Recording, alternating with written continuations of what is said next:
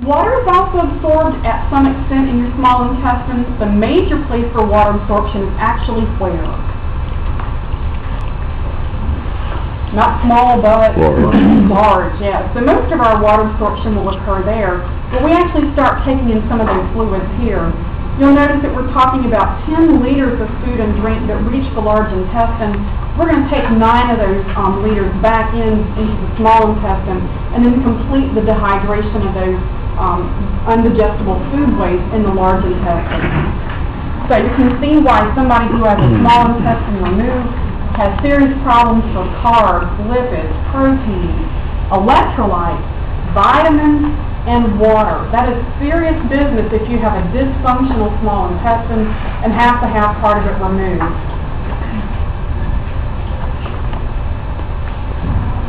Where does small and large intestine join? Cecum, good. So on the right-hand side of your abdominopelvic cavity, you'll notice that we have the cecum right down here. There's a valve or sphincter called the ileocecal that connects small to large intestine. So you'll notice the large intestine is actually bigger in diameter, here of course the name, but it in fact is shorter than your small intestine. Small intestine in the cadaver is about 20 feet long. How long is your large intestine? Good, about 5 feet in length. You'll notice it starts over here on the right-hand side with your cecum. It travels up with your ascending colon, about where your belly button sits. It travels across with your transverse colon, drops down over here with your descending colon. What is this S-shaped term? Sigmoid. What is the last portion called? Rectum, and then of course... The bridge and anal canal. Yep, then the anal canal. It just kind of it disappears into nothing up here, doesn't it? Just rips off the picture. So at any rate, you've got the anal canal and the anus, which is of course inferior to the rectum in this picture. Okay.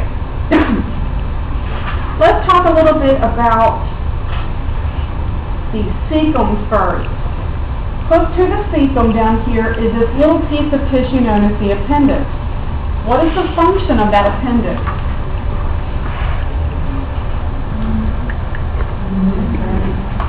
They say it's lymphatic in origin. They say it's somewhat playing a role in our immune response. You probably know that if it gets inflamed with bacteria, it can rupture on us. The problem with the ruptured appendix is it scatters that mess everywhere in your abdominopelvic cavity. I had a student in class in Bio 210. Her husband actually had a cancerous tumor on the appendix, on the outside of it. It actually ruptured. It scattered cancerous cells all over his entire digestive system on the outside. For 4 years, he battled cancer on the outside of his organs. When they opened him up to do surgery, it was everywhere, and they couldn't really do anything, so they closed him back up. They eventually removed pieces of tumorous organs, but eventually the disease killed him. But you can see that an appendix that ruptures, cancerous or not, is a really dangerous thing. So if it ruptures, it scatters infection all over your peritoneum on the outside surface of those organs. So appendix is weird. Some people feel it on the lower right-hand side. Some people feel it on the lower left-hand side. It's all about referred pain. You might recall from Bio 210 we have these things called a plexus. They kind of network and cross each other. So depending on what neurons are receiving the information, you may actually feel appendix pain on the left-hand side. If you're male, you may feel it in the scrotum. So really bizarre there to think about pain in the scrotum could actually be appendicitis. So kind of an oddball little organ there. So we've got cecum. We've got a flexure up here where the colon bends.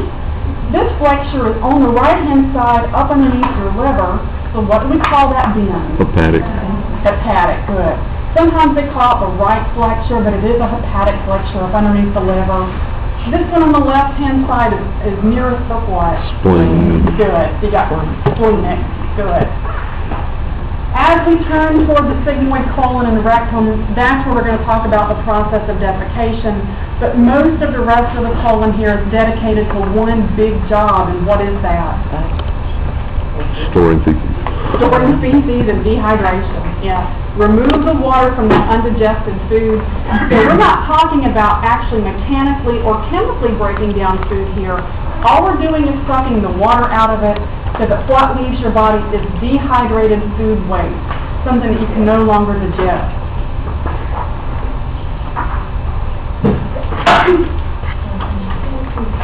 There is a bullet point up under anatomy. It's the second bullet point. Let me hit that with you real quick. You see where it says the large intestine is larger in diameter, and the next bullet point says has 3 special features. Let's talk about those 3 special features. What is Taenia coli? Waste man. That's a great way to put it. Waste manager. It's a band of muscle, right? Okay. Right along here you can see it. Keep in mind, muscularis externa has 2 layers, circular and longitudinal. That's actually longitudinal muscle, and that's a great way to put it, waste manager, because it does help monitor the movement of feces along through the large intestine. The second structure here is called the haustra. Notice these puckers right here. These puckers are created by the circular rings of muscle in your large intestine. So, lo and behold, muscularis externa has 2 modifications. Circular rings form haustra, and then the longitudinal muscles form the Taenia coli. As undigested food waste is propelled up the ascending and across the transverse and down, those haustra serve as little pouches for undigested food waste. And approximately every 30 minutes, food is squeezed and propelled from one haustra to the next. So it's something that occurs approximately all day and all night, and it's just simply allowing for that food to be moved segment by segment so that we can manage the absorption of water from that food. How long does food spend here in the large intestine anyway? Well, A little longer. 4 to 6. 12 to 24. 12 to 24. So it's kind of weird, isn't it? You would think the small intestine would keep the food longer than 3 to 6 hours. But all of that business of absorbing nutrients, digesting it, getting into the bloodstream, is only about 3 to 6 hours.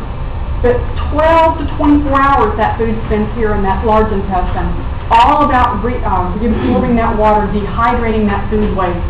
So interesting how the large intestine is spending so much time dehydrating that food waste. All right, how about questions so far?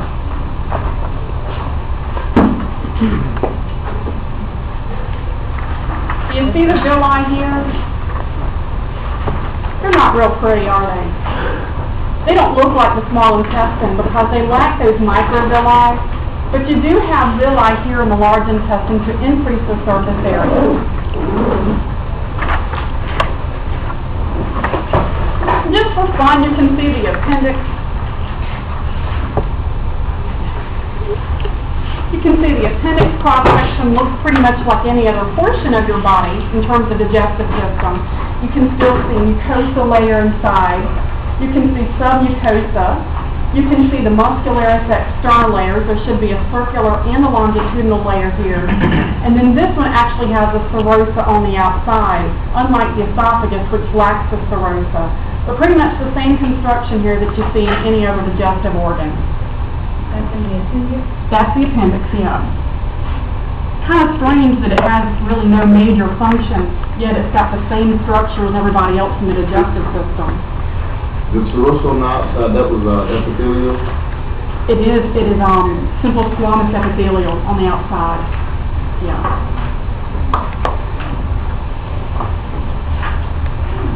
All right, let's talk job of your large intestine there on page 98.